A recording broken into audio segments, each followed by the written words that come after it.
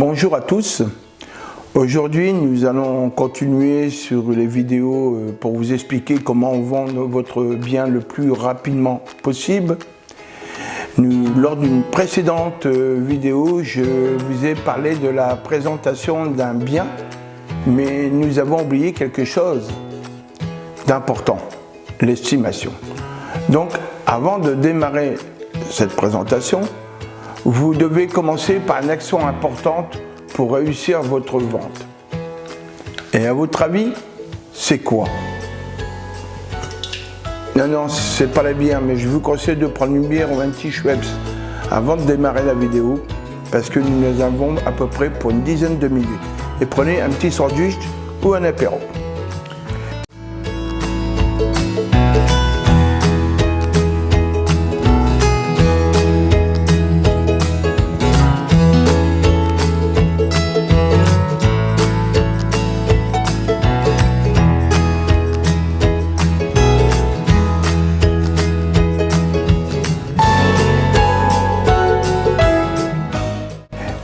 Eh bien, c'est l'estimation.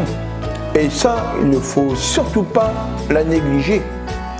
Vous avez dû certainement, dans un premier temps, regarder sur Internet les sites d'estimation en ligne. Oui, certes, vous avez commencé doucement à avoir une idée du prix. Mais malheureusement, pour réussir une estimation, un professionnel doit recueillir beaucoup de renseignements sur votre bien. Ah tiens, qu'est-ce que tu veux toi? Ah oui, j'ai oublié de vous parler de Charlie. Il s'est réveillé d'un seul coup, mais il est là. J'ai fait la sieste. Excusez-moi, je m'attends dans. Nous continuons donc. Et il faut, pour faire une estimation, on a besoin de renseignements. Et donc, avoir un logiciel digne de ce nom. Chez Capufranche, je bénéficie de précision. Et vous allez comprendre pourquoi. Allez, on y va? On leur explique tout? Allons-y. Ouais. Vous avez pris un bon coup parce que moi j'ai soif. Donc, à tout à l'heure. Je vais donc définir le nombre de pièces. Et là, attention, beaucoup de professionnels ne savent pas dénombrer correctement le nombre de pièces. Exemple, une cuisine ou une salle de bain n'est pas une pièce. Le nombre de chambres, les surfaces, le montant de la taxe foncière, ce sont des critères. Les charges de copropriété pour les appartements pour lesquels je reviendrai sur une autre vidéo sont également très importants. Nous reviendrons sur les appartements. Donc pour faire une estimation, j'ai besoin de connaître et de définir l'énergie, l'état, le type et le coût du chauffage. Écoute, Charlie, tu vas faire dodo s'il te plaît. Surtout qu'à l'heure actuelle, ce sont des critères importants où nous allons même d'ailleurs parler du DPE plus tard. Ensuite, nous passerons à la distribution du bien. Le nombre de niveaux, par exemple, la surface de pièces de vie, la surface des chambres et bien entendu l'exposition du bien. Y a-t-il un garage? Y a-t-il un parking? La surface et le nombre de places de parking. Je détaille également le sous-sol, la cave dans laquelle je serai descendu et remonté qu'une bonne bouteille de vin. Chut, faut pas le dire. Regardez le vide sanitaire et ne pas hésiter à aller dedans pour voir son état. C'est pas pour voir les araignées, mais voir s'il y a des fissures ou des fuites. Celui-ci peut amener des surprises et des combles. Ah, les combles, eh oui, trop souvent négligés. J'ai même ma propre échelle pour grimper dans les combles, car il est important d'aller expertiser la toiture. J'ai eu une surprise récemment sur un manoir. La vendeuse, je lui pose la question sur la toiture et elle me dit la toiture a 10 ans. J'ai écouté, c'est bien, puis j'avoue la facture. Oui, je cherche la facture, effectivement, toiture refaite. Et bien sûr, je monte dans le grenier. Et là, ma grande surprise, la charpente était en train de pourrir. Donc vous voyez, ça change tout pour l'estimation. Parce qu'entre une charpente, entre une toiture neuve, récente, ou une toiture récente avec une bonne toiture, c'est plus du tout la même histoire.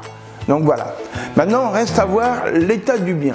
vous avez les matériaux, la brique, le parpaing, si c'est de la pierre, les huisseries, la qualité des murs, les peintures, les revêtements de sol, l'électricité, les sanitaires, la toiture, on en a parlé, les prestations telles que terrasse, l'exposition, le portail manuel ou électrique, le jardin, l'état de la piscine.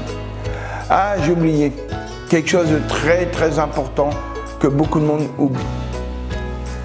L'environnement. Vous vous souvenez, dans une précédente vidéo, j'en ai parlé.